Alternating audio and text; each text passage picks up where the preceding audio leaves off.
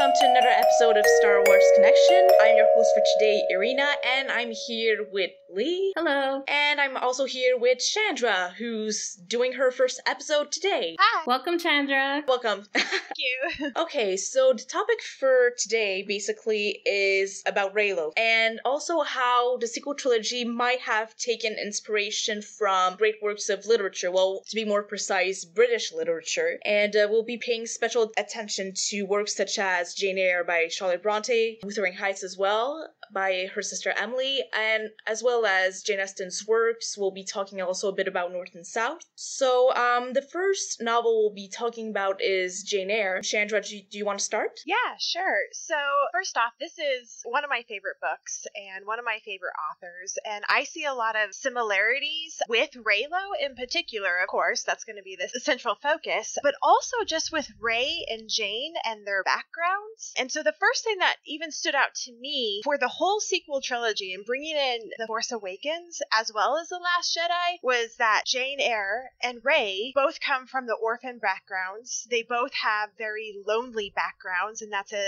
centerpiece of their lives. And I noticed two things from Jane Eyre's childhood and what we can kind of know about Rey's childhood and then maybe her teenage years right before The Force Awakens. There's two similarities. So the first one is what I call, quote unquote, the caretaker similarity for Jane Eyre, Mr. Brocklehurst, who is the director. He's like the headmaster of the school in Lowood, the Lowood Academy for Girls, which is basically mostly for orphan girls like Jane, but I think other girls as well. And he's very stern and not very kind to the girls. He's not in particularly very kind to Jane Eyre either. And then on Rey's side, in the Star Wars side, you have Unkar Plot, and we know a little bit about him, more from like the novelizations, but he's kind of creepy. Mr. Brocklehurst is not the same kind of creepy, but Unkar Plot is a bit creepy, but he's in charge of taking care of Rey when whoever left her on Jakku. And the big thing that I see similarity-wise in this case is that both girls kind of have to fend for themselves as they grow up, as they come of age. They're looking out for themselves. They grow up in kind of a hostile environment, and that in turn makes them both fiercely independent. They both, because they're lonely, they have this huge desire.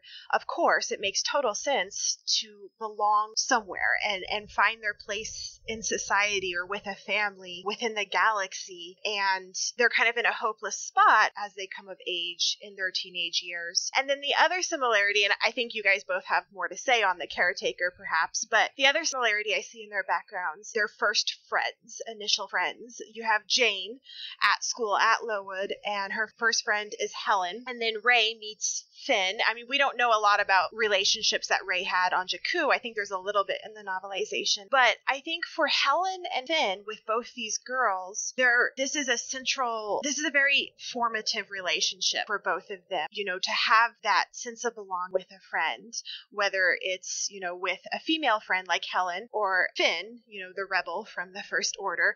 And it comes at a very pivotal time for both of them. And then the last similarity that I can see with the friendship is that both those friendships end in separation. Helen, spoiler alert for Jane Eyre, but Helen dies as a young girl, and so that relationship is cut off between Jane and Helen, and it's a very emotional and harrowing experience for Jane, of course.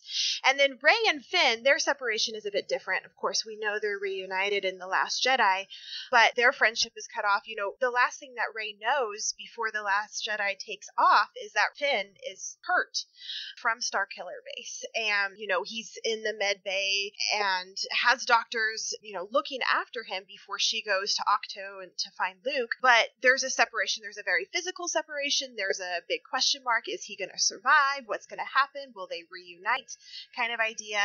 And so that separation, that first friendship, and then the caretaker, I think those are also some strong or semi-strong similarities between Jane Eyre and Star Wars, the sequel trilogy as a whole. So I don't know what you guys think about that. that. Just to add to what you said, you mentioned you didn't really know like whether Rey had friends on Jakku or not, and I can confirm that. There was a novel that was published a bit before The Force Awakens came out, before The Awakening. I admit I haven't read it, but I did hear a lot about it. And it's basically 3 short stories about Rey before The Force Awakens, Finn before The Force Awakens, and Poe before The Force Awakens. And Rey's story basically is that at some point she and 2 other scavengers, a boy and a girl, they start fixing up ship to get off Jakku. And what happens is that in the end, well, they sacrifice a lot of portions in order to be able to fix the ship. Rey, she's starving just to be able to get pieces to fix the ship. And what happens in the end is that basically the ship is stolen by the 2 other scavengers she worked with, and they basically leave Jakku without her. So actually, it's not a very obvious parallel, but kind of reminds me of how,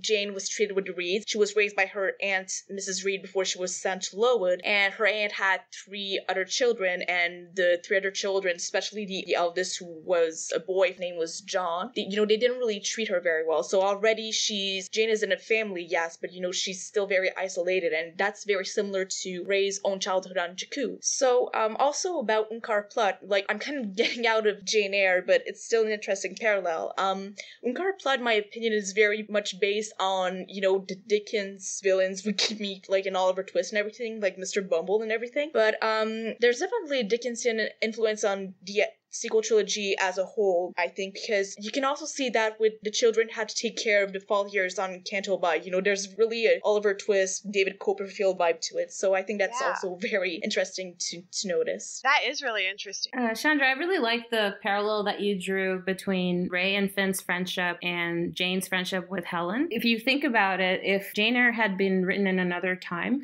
because of the intensity of the connection that Jane and Helen had, where they loved each other and they cared for each other, people would have shipped them when they're older, just like people ship Finn and Rey, because it's about love, and it's a love that ultimately becomes almost familial because they find each other in a place where they've gone through all this deprivation and kind of emotional neglect or outright abuse, and they've either been rejected by their family or they have been taken away from their family or abandoned. In Rey's case, I mean, we don't really know at this point, but assuming. And they find this connection and they become so important to each other, and it's almost like they become family. So in the same way with Helen and with Jane. So I think it's a really beautiful connection that can be spiritual, it can be familial. And maybe it could have taken a turn and become a romantic thing, but it didn't, and that's okay. And I think that it's a really nice way of looking at it. I think a lot of the people who are interested in Finn and Rey's dynamic in a romantic way have struggled a lot with the turn that things have taken in The Last Jedi, where it became evident what already was clear to a lot of us, I think, in The Force Awakens because of how that dynamic was portrayed. So I think this is a really nice point of comparison between the 2 dynamics. Yeah. About what you said about Helen, I actually read somewhere that Helen is based on Maria Bronte. Maria Bronte was Charlotte's older sister. She died of TB. Yeah. In a boarding school. Yep. Yeah, and the boarding school was very similar. Like the real boarding school that the girls went to was very similar to Lowood. Okay, so the next topic we wanted to talk about for Jane Eyre was the whole topic of finding romance. So one thing that Jane Eyre and her love interest Rochester and Rey and Kylo Ren have in common is the bond. So of course, Rey and Kylo have this Force bond going on, and for Jane and Rochester, well, it's a bond that's on a more spiritual level. Like, it's not something that is very explained in the story, it's kind of mysterious and everything, but it's still very present. One point in the story where we really see it is in the Jane Eyre novel when, Rochester, spoiler alert, he really loses everything right up to his eyesight. His house is burned and everything. And in his most desperate hour, he calls for Jane, and she hears him miles and miles away, and she runs into the moors looking for him because she hears his voice miles and miles away. So that's actually kind of similar to the first Force bond scene in The Last Jedi. So Ben is really at his lowest point. He's been berated by Snoke, and that even after committing the worst deed in many cultures, which is patricide, well, of course he's an absolute mess, with the belief that there is no other way for him that he can ever be saved. So it's really at that moment of great vulnerability, if I can call it that way, that, he and Rey see each other for the first time with the Force bond. And, it's really cute in a way because, they kind of start running around. They only see each other, like, Kylo says as much as himself, and, Ben is in his prison of steel and space and everything. And, on the other hand, you have Rey, who's on Octu, and it's a very primitive world and everything. And I actually Googled like pictures of moors in England where, Jane Eyre takes place, and it's actually very similar to Act 2, and I thought that was very interesting. Yeah, that is really interesting. And I love that you point out that aspect of vulnerability and Ben at his lowest point. And he's literally, he has a little machine like stitching up his face, something that she had done to him, like his neck and his face. And she's at a point of vulnerability as well, which I think we can argue Rey is very vulnerable at lots of times during The Force Awakens and The Last Jedi. But, she's waking up, she's a bit groggy. She's also just had a day or two of rough interactions with Luke, and here is her hero, and he doesn't seem to be responding very heroically and helping her out. And so, there is that deeper vulnerability between the two of them for that very first Force bond. So I think that's a really interesting point that you bring up. Agreed, definitely. And one thing that I really like, a really nice parallel between the dynamic between Jane and Rochester and Kylo and Rey, is that initially, she's like, who is this guy? Like he speaks, in this way that's so unusual. And what does he mean? Like she can't figure him out. And then as she gets to know him, and she has an insight into him that no one else does. She can see a side of him that no one else has access to. And then she loves him all the more for it in Jane's case. And in Rey's case, I mean, that's what we have seen. Like she can see Ben where everyone else can only see Kylo Ren or Monster or, the person who was lost, and even in Leia's case. So I think it's a really nice parallel. And I think actually that's part of the reason why I know you guys were just as excited as I was when somebody who had seen the movie at the premiere tweeted that it was basically Jane Eyre in space. That was a dynamic that was playing out between Rey and Kylo. Yeah. A few quotes kind of going off of the very first Force Bond that stood out to me from both Jane Eyre and then kind of mixing it in with The Last Jedi in discussing, this deeper understanding. They understand each other's loneliness and like both of you have said, Lee and Irina, that it's like a spiritual connection as well as an attraction and just even this kinship, beyond, like, that's different than just a physical attraction as well. And so I had a couple of quotes that kind of stood out to me from Jane Eyre, where Jane tells Rochester, she says, "Every atom of your own flesh is as dear to me as my own." And that deeper connection and, caring about someone else as much as you care about yourself, which is very profound for someone who grew up without a very nurturing family, and she never really had good examples. Jane did, and have really good examples of having that kind of emotional connection or nurturing love from parents or people other than, Helen before that. And then there's another quote by like a side character in Jane Eyre. It's one of the guests that's staying at Mr. Rochester's house. And he says to Jane and Rochester something that is like way Reylo and The Force Awakens and their bond.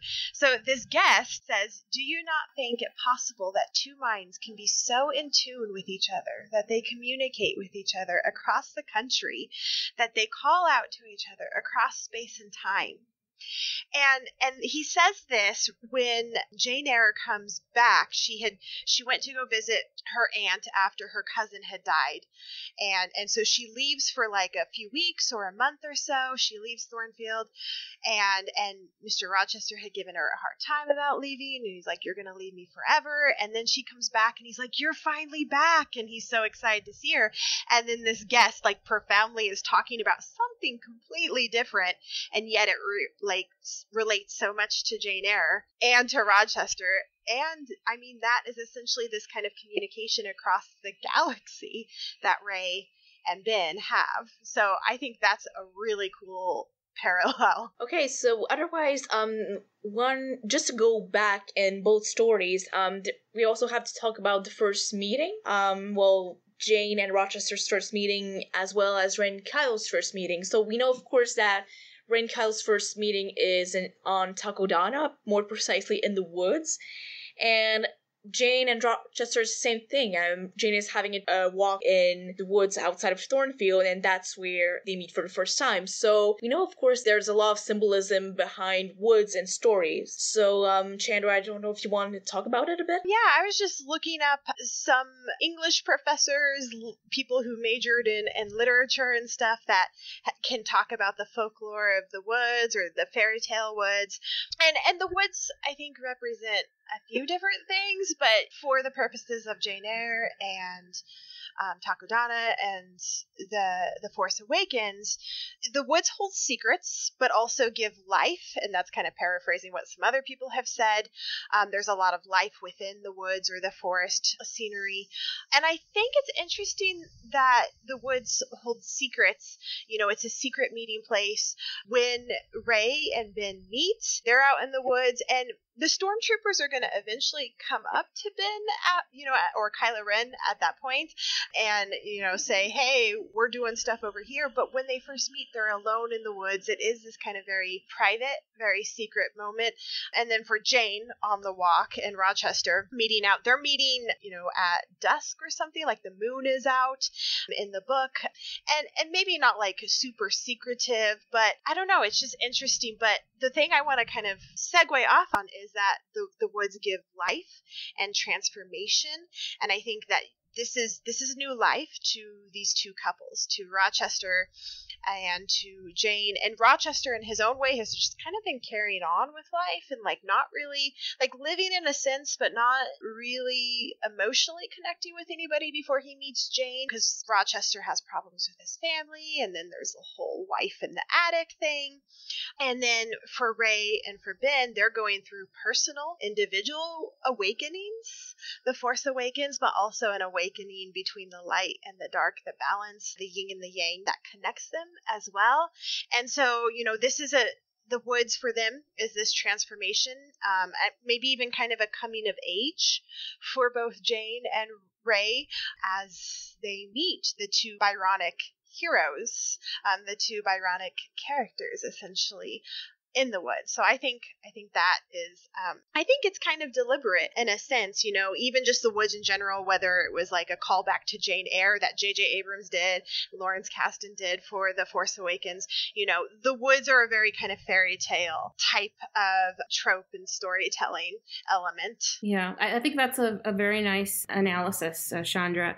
There's a quote that I really like that says, the forest is mystery and a desert is truth. So everything is laid bare in the desert, but in the forest you have all this lush vegetation that can disguise and hide things, and definitely mysterious. When you think about a man and a woman in the woods, you can think about lovers kind of going on an escapade. You can go back and think about Adam and Eve in the Garden of Eden references, and you can think about the possibility of danger and adventure, but also the romance aspect of it. It affords lovers privacy, and there is something very lush about it, and nature kind of witnessing the man and the woman coming together. So definitely there's a lot of really nice romantic undertones, and of course the fairy tale references that we have talked about in other podcasts. And by the way, I can't be the only one who was totally freaking out when Kylo Ren referenced the woods to Rey when they meet in their Force bond, and he says to her, "You have that same look in your eyes from the forest." There's an acknowledgement there, something that we saw. Yeah. Speaking of the woods and how, how you said, Chandra, that, it gives life, we have to keep in mind that, both Jane and Rey stories are not only a coming of age story, but it's also a story that's very much about identity, finding your own identity and not letting the world decide your identity for you. And I think that's also something we see to an extent, well, definitely with Ben, in my opinion, but also to an extent with Rochester. So, it's interesting because, you have Jane who constantly comes back on the fact that, she's plain and everyone around her tells that. You have Rey who, in Force Awakens, she says that she's nothing or that she's nobody or, that she's just a scavenger from Jakku. And then there's a point in The Last Jedi where, Ben himself does tell her you're nothing or you're nobody and everything. But what changes is that, and that's kind of part where it goes into, female fantasy territory is that, you have the Byronic hero who, sees the heroine who's, either playing, either she's nobody or something, but, he sees something in her that, and, that kind of flips around how the heroine is perceived so far. But what's interesting is that, it's not how the love interest perceives the heroine that makes her become who she is. It's really her own journey, her own decisions that really drive the story, that give her an identity later on. So I don't know if you want to add anything else about that aspect of the story. I think that for me, one of Rey's greatest fears is the fear of being insignificant. And that became more apparent for me in The Last Jedi. That scene where she's crying as she says, they were nobody, when she's talking about her parents. It's almost like Ben confirmed to her what she already suspected, that her origins were humble and that there's no greater meaning there, no bigger significance to her parentage. And it's projection too. She's afraid of becoming like her parents. Exactly. And there's also that moment in Force Awakens where,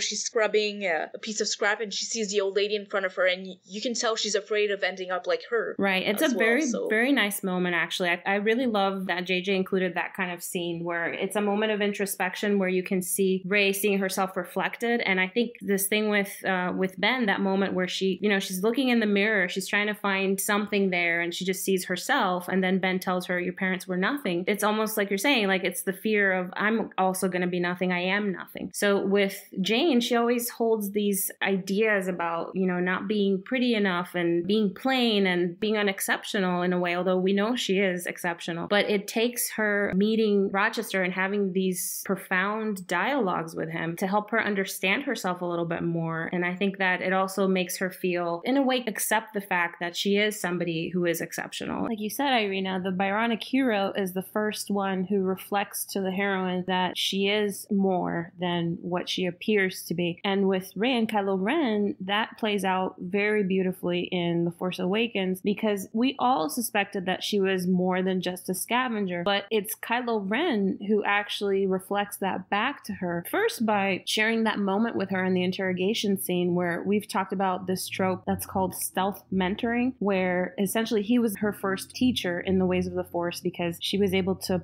kind of download from him how to enter his mind and read what's there and then do the Jedi mind trick, etc. And that kind of opened the Force connection between them, but it also helped her to tap into this Force that was lying dormant. She is very eloquent in how she expresses that to Luke in The Last Jedi. It's always been inside of me, but now it's awake. And Kylo was the one who helped her to tap into this thing that's always been inside of her. And then later on in the woods, in their snow fight, he's the one who is wowed by her. He's the first person who's ever witnessed her true potential and is just blown away by it. And he reflects that back to her. And then from then on, she's in tune with this inner force and starts becoming who she is going to be. So it's not that Ben was the one who made her great. It's that he was the one who saw that in her. And from then on, she sets off on her journey. I think that it's just a very nice way of seeing that trope realized while still having Rey be the one driving her own story, like you said before, Irina. Yeah, I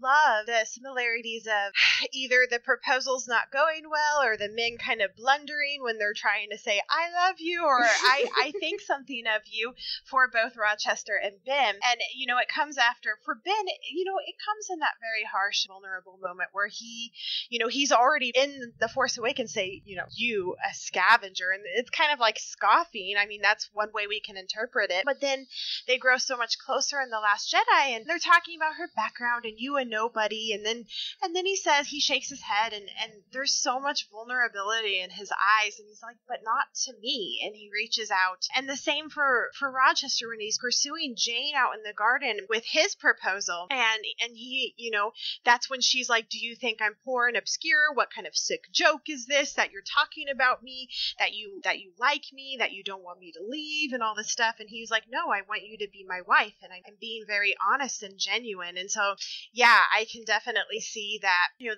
that's a turning point. That's the women are already coming, into their own identity and figuring themselves out. But then this just kind of helps continue that development for them. And it makes them feel wanted and desired.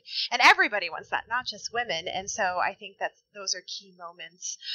Even if the men don't do it very very eloquently at times. Can we also, I don't know if you guys want to move on from that topic, but talk a little bit more just about the Byronic hero in general?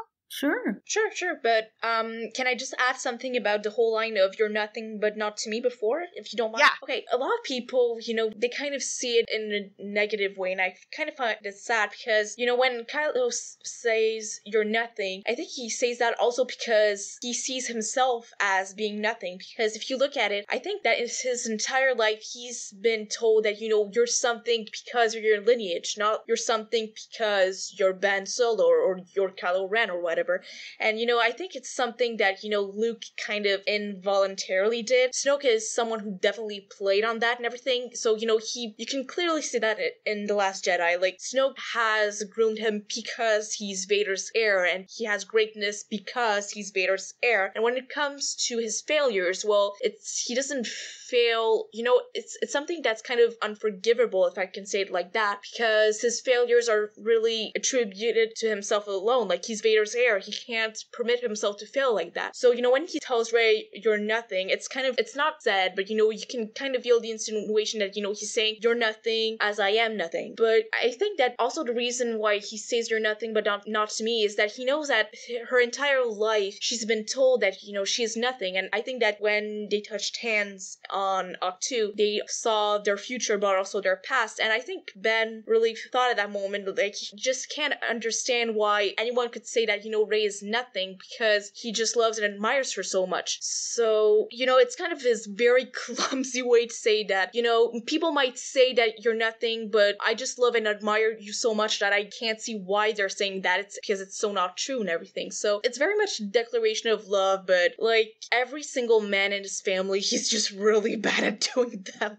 Yeah, that's a really interesting way of thinking about it. And I mean, definitely that, it's not just "you're nothing," but that's completely how he always seen himself, or especially with the influence of Snoke. And I haven't really thought about it that way, so that's really good. Okay, so you want to continue on something before? Oh yeah, Byronic hero, or just the Byronic male, not even just hero. Yeah, because we all know the standard definition, mysterious and brooding, and the Bronte sisters, women, really portrayed that so well, and it was starting to become more of a characterization in the early and mid 1800s. And so we have the mysterious and the brooding, kind of the moody side, and you see that, Rochester, he's kind of always up and down, and Jane's like, I don't know how to assess you. He's kind of a different type of moody than Kylo, maybe more extroverted than Ben or Kylo Ren, but there's just something that I think is it makes me laugh, so I think it's funny. When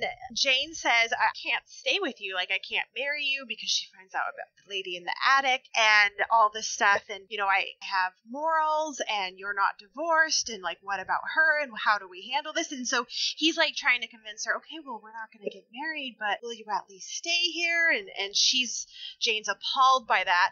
And then there's this dramatic flair that Rochester has, and I think he like flops himself down on a chair or like a couch in one of his rooms in front of her, and like not a huge tantrum, and it's nothing like the anger of Kylo Ren, but it's definitely this like very exaggerated dramatic aspect. And he's like, no, you just can't leave me, I can't let you do this. And it's similar to how Kylo Ren reacts after Rey leaves him on the supremacy. And I don't want to talk too much about that topic right now because I think we're going to get to it, but his actions and his behavior and his reactions at the Battle of Crates, and just how upset he is. And so it's a different kind of reaction, but it still kind of matches the brooding, dramatic flair, moodiness.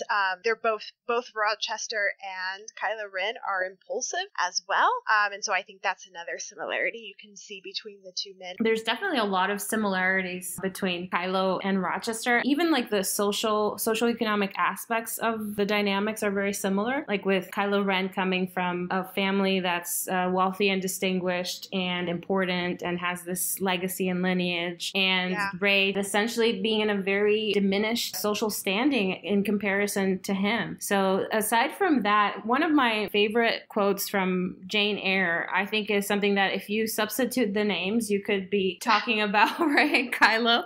And I'm just going to read a little bit of it. And if anyone who's listening hasn't read Jane Eyre, I hope it inspires you to pick up the novel. It's Jane basically reflecting on her love of Mr. Rochester. And she says, "I had not forgotten his faults. Indeed, I could not, for he brought them frequently before me. He was proud, sardonic, harsh to inferiority of every description. In my soul, I knew that his great kindness to me was balanced by unjust severity to many others. He was moody, too, unaccountably so. But I believed that his moodiness, his harshness, and his former faults of morality, I say former, for now he seemed to have corrected them, had their source in some cruel cross of fate. I believed he was naturally a man of better tendencies, higher principles, and purer tastes than such as circumstances had developed, education instilled, or destiny encouraged. I thought there were excellent materials in him, though for the present they hung together somewhat spoiled and tangled. I cannot deny that I grieved for his grief, whatever that was, and would have given much to assuage it." I mean, that's beautiful. Yeah. And it just tells you how she can see, it's like the whole Beauty and the Beast dynamic. She can see past the superficial harshness of him into what's deep inside, the fine materials that she's talking about, that there is a person there who is capable of being good and kind and, you know, and refined and all this wonderful stuff. So I just think that it's a beautiful dynamic that they've set up, and I wouldn't be fooled by the fact that he looks like he's wearing his armor, you know, as the way that things unfold in The Last Jedi, because she has seen into that inner person that has the capacity for great virtue. That's a beautiful quote. I love that. We wanted to talk also about how there's some similarities between Rey and Resistance, and Jane and the friendship she develops with the River sibling. Oh, can I go back 1 second? I didn't realize we had moved on from the Lady in the Attic thing. Sorry. Oh yeah, we have to talk about Lady in the Attic. Absolutely. You did mention. I mentioned it, but we didn't really go into depth. Because I think for me, the Lady in the Attic, it just represents Rochester's baggage. If you think about it in terms of symbolism. So Rey and Kylo Ren are going to come together, but he's got his Lady in the Attic. Like, he's got his baggage, which is basically the fact that he can't, you know, move beyond the anger that he has and the hatred of the Resistance. And the whole thing about Snoke and, okay, I freed myself from him, so now I want to embrace this power. I don't want to be powerless again and give this up and go with you to the Resistance. So for me, that's a really nice symbolism. The fact that you have this failed proposal in a way.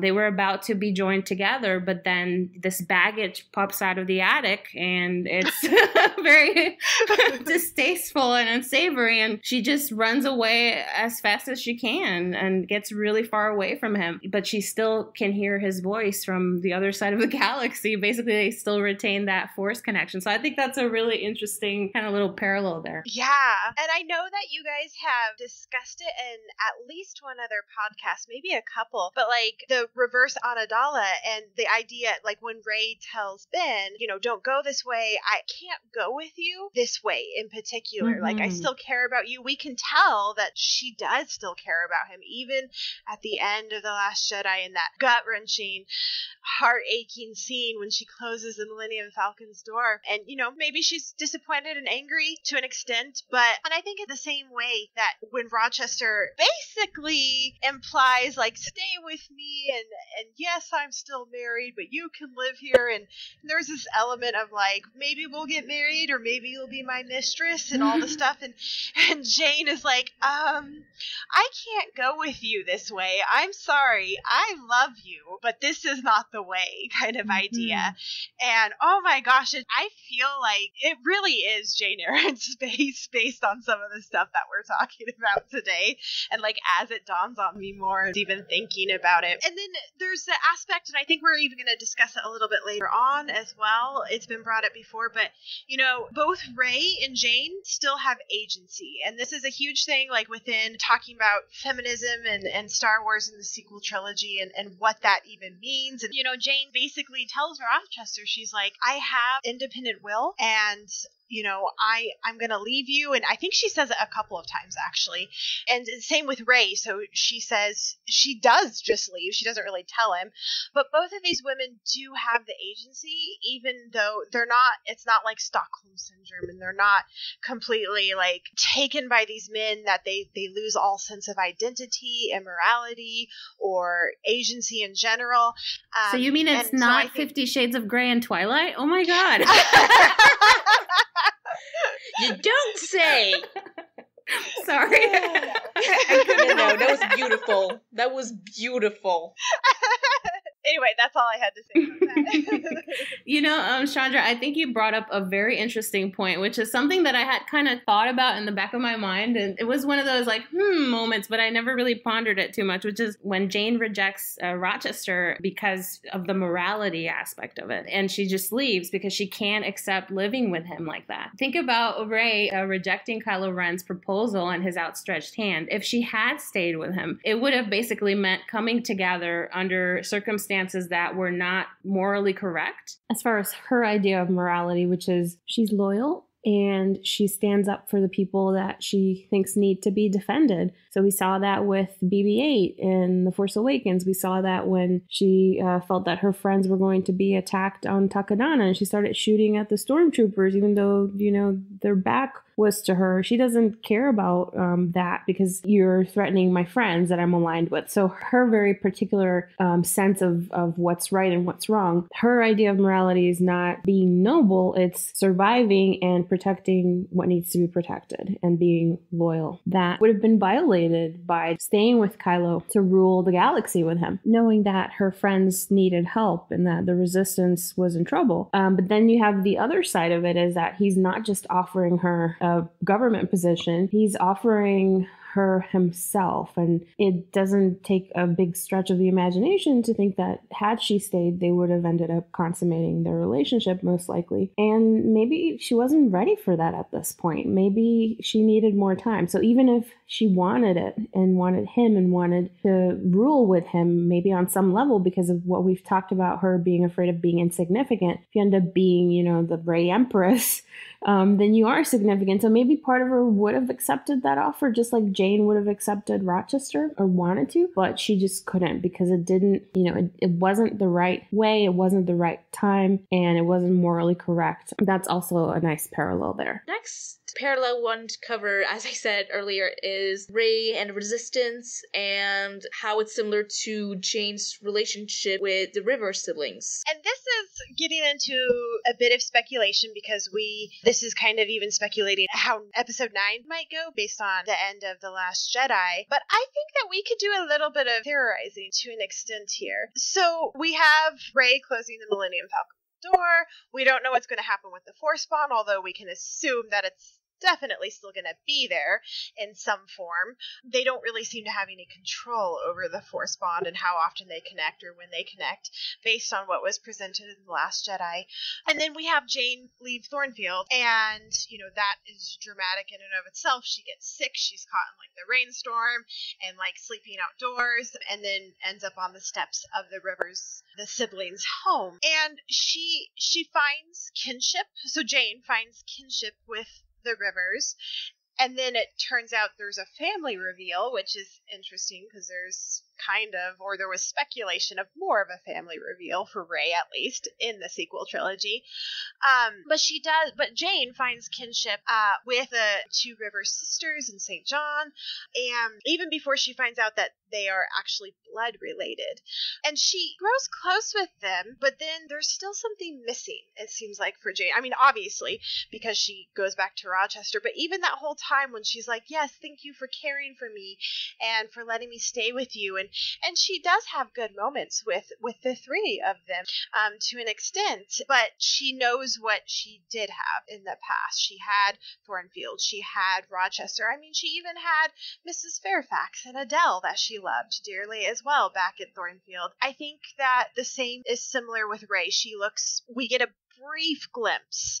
And I wish that Rian Johnson had focused on it more and kind of developed it more, but the movie was already long to begin with.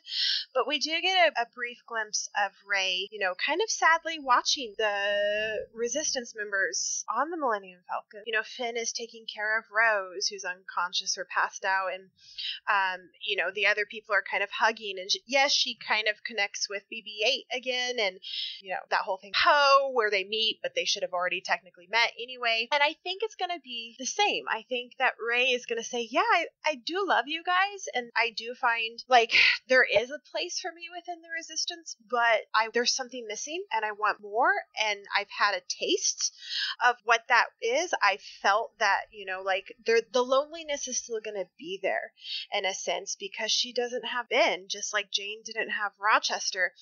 And I'm looking forward to seeing how that plays out in episode 9, and you know, what that looks like. But I think it's going to be a similar situation. Well, I think that's brilliant, Chandra. I love that analysis, and I think you're onto something there. And there's definitely an opportunity for us to see that play out in 9, because Rey is with the Resistance now, and we can see how, in a way, it's almost like slipping into a glove, you know, that you have worn many times before. It's familiar, it's warm, it's comforting, but there's something missing, and it's that intense connection that she shares with Ben and what she experienced with him through the Force. She can't replicate that with anyone else, you know? So I know that there's a lot of tension in the fandom right now, and some factions about the whole Rey-Po thing and the idea that, you know, oh my God, they smiled at each other and they're both pilots and they're pretty together and this and that.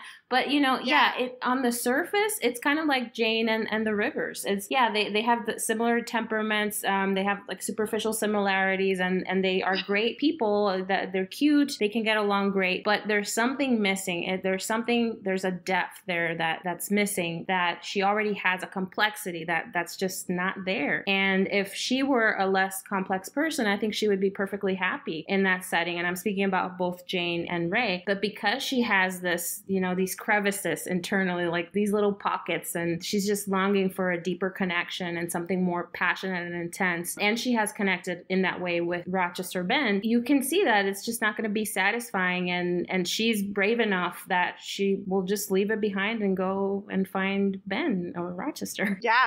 Yeah, that was a very interesting analysis. I never really saw it that way, honestly. I did, but you just put it into words, and I really like it. Okay, so after that, to finish up with Jane Eyre, there are other themes as well we wanted to talk about. One in particular is the Red Room. So we have a Red Room in Jane Eyre at the very beginning of the story, and we have the Throne Room in The Last Jedi, which is all covered in red and everything. It's a very dark room and everything, and in both cases, you know, you think of red as a very bright color, but somehow in Jane Eyre and in The Last Jedi, well, you have red all around, but somehow it makes the room kind of darker. So, you know, the Red Room and Throne Room, you know, it's all about, you know, facing your fears, being haunted and everything, because, you know, you have Jane who thinks she's gonna see the ghost of her uncle in the Red Room, and you have Snoke, who's, you know, this very ancient being, you don't really know where he comes from and everything. One thing we also have to keep in mind is also the symbolism of the color red. So we know that, I'm just going to read up something I found on a website, but I think that applies to what we're talking about pretty well. So red is the color of extremes. It's the color of passionate love, seduction, violence, danger, anger, and adventure. Red is also a magical and religious color. It symbolized superhuman heroism to the Greeks and is the color of the Christian crucifixion. So I think that, it definitely applies to what the Throne Room and what the Red Room represent.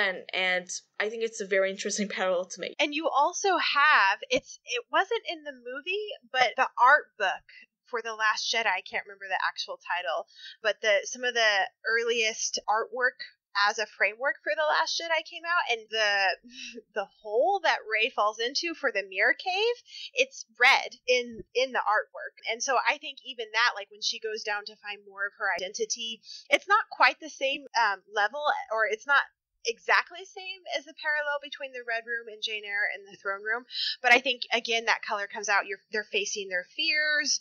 They're trying to figure out themselves as well. Guys, I want to bring up something that I want to just get your thoughts on it. So I love the story of Jane Eyre, but one of the things that always pissed me off about the story is that Jane could only have him after he was like deformed and his house had burnt down. It's like, it's not fair.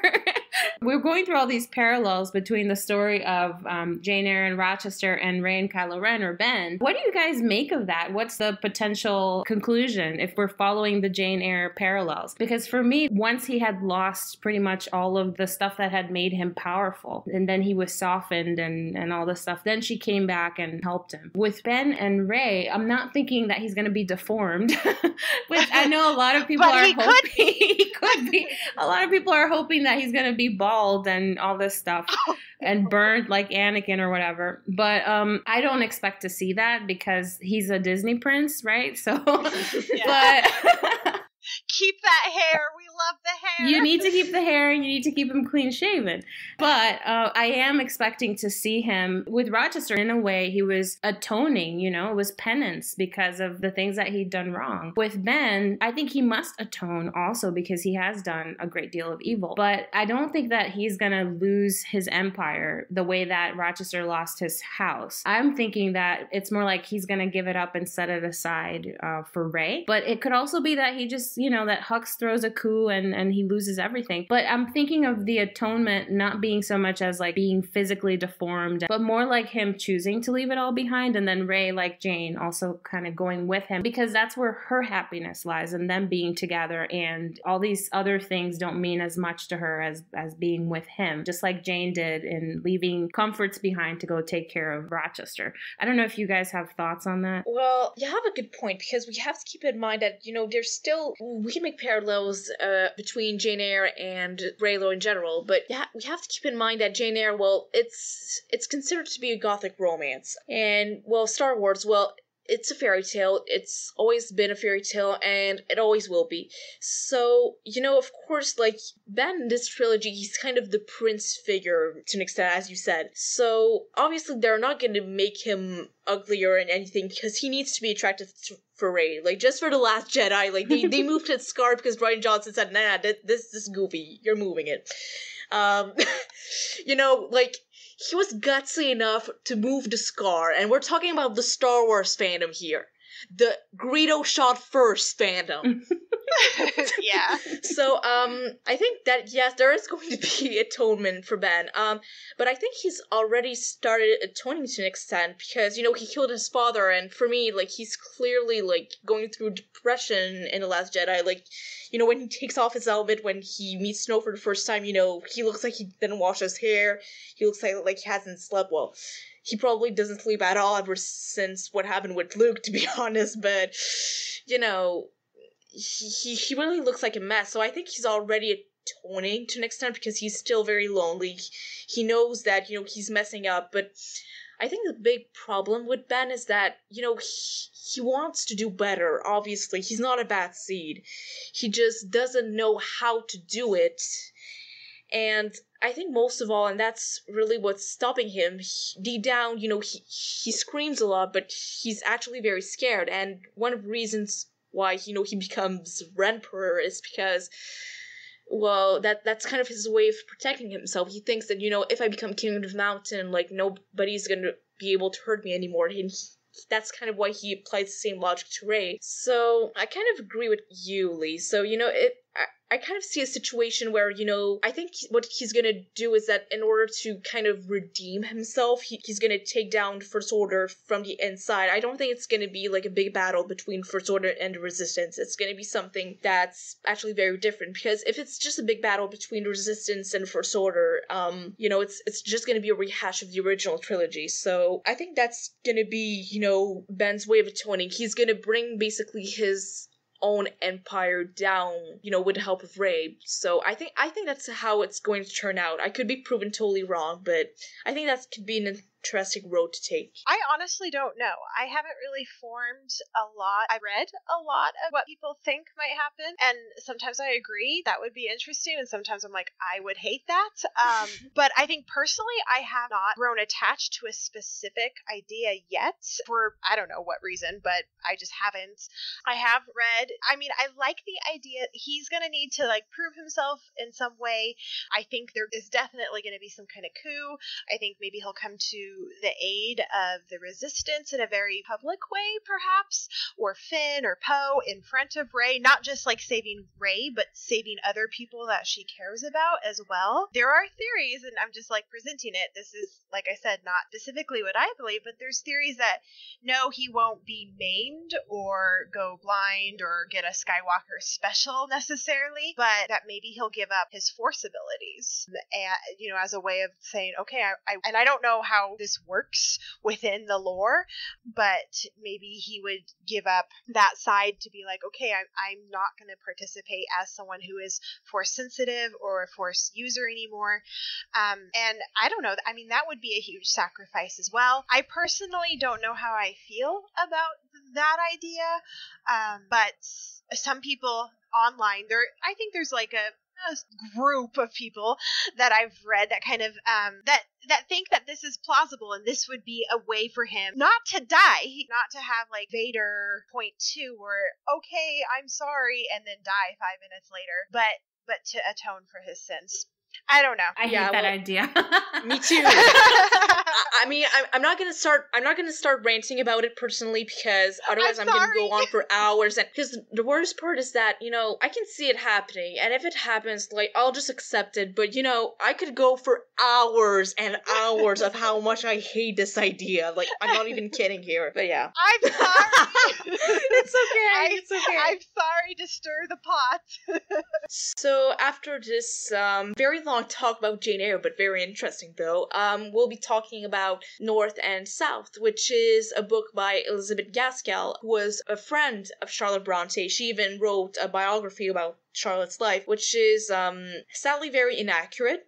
But yeah, so for North and South, I'm gonna let you two speak because I have a confession to make. I've never read North and South. It's on my very long list of books to read, but I really have to read it. And there's a very good BBC miniseries. I've only heard good stuff about it, but sadly I've only watched the first episode. I haven't seen the whole miniseries yet, but again, it's on my very long list of things to watch. I'll get to it one day. So I'm gonna leave it to you girls and get educated. Well, I will tell you this. I love North and South, but I've always thought of it as the poor man's Pride and Prejudice.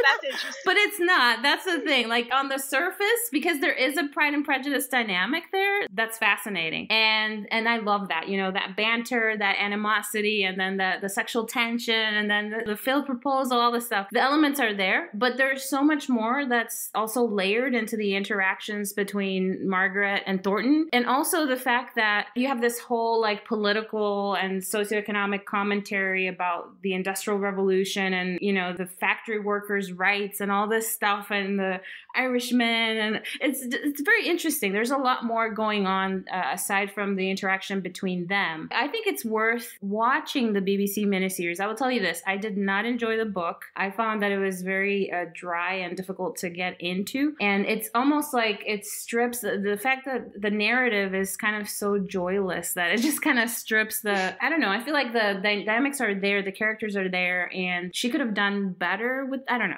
But the miniseries is fantastic. I really love this actor, Richard Armitage. I find that he's just such a fantastic actor, and he's so handsome. And he has such a great chemistry with the actress who plays Margaret Hale. I haven't seen her in anything else, but she is fantastic, and I've highly recommend it. It's a beautifully done story, and the acting and the music, costuming, it's all just terrific. And for me, it has probably like top 3 best kisses on screen that I have ever seen. So it's definitely worth watching if you're into romance and like with a Pride and Prejudice flair. Now, as far as connecting it to Rey and Kylo Ren, you guys were talking about how you have this whole enemies to lovers dynamic. That is something that's more pronounced in North and South than it is, for example, in the counterpart Pride and Prejudice, where you have these two people who are definitely at odds. They have they're coming from different places. You have the prejudice element because you have Margaret, who is, coming with a kind of naive mindset, and she witnesses Thornton berating an employee of his and actually physically attacking an employee. Yeah. But guess what? Thornton had reason to be mad at the guy. The guy could have burnt down, so to give you the background, Thornton is basically, he owns a cotton factory. And you can't smoke there because you can burn everything down and kill everybody. And this guy was like a repeat offender, if I recall correctly. So she witnesses the interaction. She right away labels him as a brute, violent, hideous man who abuses his power. And she kind of miscasts him into this role. And she is like hell-bent on believing that that's all he is. And it takes several interactions and witnessing other acts of kindness and things like that until she can finally see who he really is. And it's very satisfying to see them come together at the end, because there are times when it seems like there's no way that they're ever going to be on the same page. So it definitely, there are Reylo elements there with how The Force Awakens, like some people were just shocked at the idea that people could ever see Kylo and Rey come together. But the elements were there from the beginning. Yeah, I would just to kind of add to that, that when she witnesses, that's the first time that she ever sees him, John Thornton, meets him before they're properly introduced, is when he's, beating up the worker who was caught smoking. And I mean, that's the "you're a monster" moment that like Margaret kind of has, but different words and stuff like that. And so, I mean, the similarities in North and South are not quite as strong. We don't have as much to say as Jane Eyre, but there's at least one other thing. There's two other things that I think kind of stand out to me. So, John proposes to Margaret. John Thornton proposes to Margaret Hale, and it does not go well. And he, kind of stumbles over his words. He's not super eloquent. We kind of already discussed that. And she rejects him. And that's in one part of the miniseries. And then in another part of the miniseries, they are physically separated. Her family members die, and she goes back to where she had grown up, which is the South. He's up in North, and that's the North and the South coming together. And there is this, oh my goodness, this scene actually makes me tear up, just like the end of The Last Jedi, when they say goodbye, and John and Margaret say goodbye, and he is watching her leave, and he has just this, desperate look in his eyes and a similar expression. I mean, different actors and the circumstances are a bit different, but it's similar to what Adam Driver did at the end of The Last Jedi with that last Force Bond vision. So John is standing at the window and he's watching Margaret. She gets into the carriage and she's leaving, and he is whispering to himself. He's like, look back at me. And he looks so forlorn, and she doesn't look back. And so it's a bit different, but it's that same kind of feeling. Like I just rewatched that part of North and South like earlier today as I was thinking about this podcast, and I had the exact same like emotional reaction that I did at the end of The Last Jedi. That's a really nice parallel. One thing that I like about North and South is that, and they did this so beautifully in the miniseries, the way that, spoiler alert, the way that they reconcile is that they've been apart because, as you said, Chandra, Margaret is from the South and John Thornton is from the North, and they're two very contrasting places. And part of the conflict between the two characters is that they're both so proud of where they're from, and they're trying to reconcile their differences in worldview and get over each other's preconceived notions so that they can actually see each other as as individuals and understand each other and then eventually fall in love. So Margaret thinks that Northerners are kind of like hardened brutes, and Thornton thinks that Southerners are lazy and complacent and not driven. And they've both fallen in love with each other, but they can't come together in time. And at one point, Margaret's relative dies and she ends up going back home to the South. And so they're separated for a time. The way they reconcile is beautiful because Margaret has traveled north to find Thornton, but he's not there. And he's not there because he's traveled south to find her and finds that she's not there. So he heads back home to the north. She heads back home to the south. And then their trains are coming from opposite directions and intersect at the same station. And they've met halfway. And it's such a beautiful visual representation of the journey that they both had to make to meet each other halfway and come together. And the scene is just done so beautifully in the miniseries. They encounter each other by chance, and it's like this connection blossoms, like all this unspoken stuff between them, and they're just so happy to it's such a beautiful reunion. And they can kind of sit down and have a moment to themselves and connect again, and then you realize, and they realize, that they're never going to separate again. And she was actually with a Finn or Poe figure.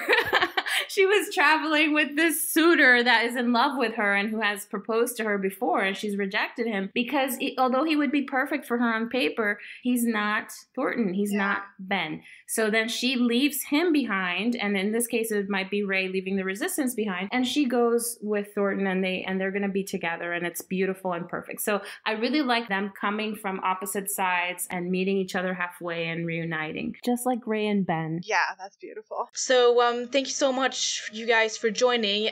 Chandra, I just want to say you did great. You did really great, and Oh, thank you. like, seriously, I hope you do more podcasts because you're amazing. Definitely share the wisdom. Oh, thank you. That is all for today. You can join us for part 2, which will be all about Pride and Prejudice, Wuthering Heights, and many more. As usual, if you like our podcast, you can subscribe by clicking on the lovely red button below. You can also follow us on Tumblr, Twitter, and if you have any thoughts or questions whatsoever, you can send us an email, leave something in the comments below. Links are all in the description as well. We hope you have a lovely day wherever you are, and may the Force be with you.